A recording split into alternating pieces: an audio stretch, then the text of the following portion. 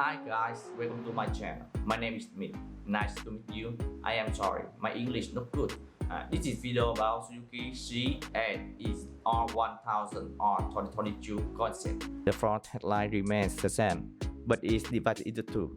The traditional light has been integrated with the rear view mirror, like other 1000cc motorcycles has been added carbon. In this video, I will design the GSX-R1000R 2022 concept, and this is not the best version. Better version of GSX-R1000 I will update in the next videos.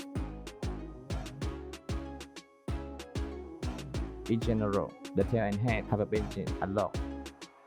Engine will still be 999cc. There is a rumor that it will have 209 horsepower. The exhaust has been nearly designed. I will update better version of GSX-R1000 in the next video.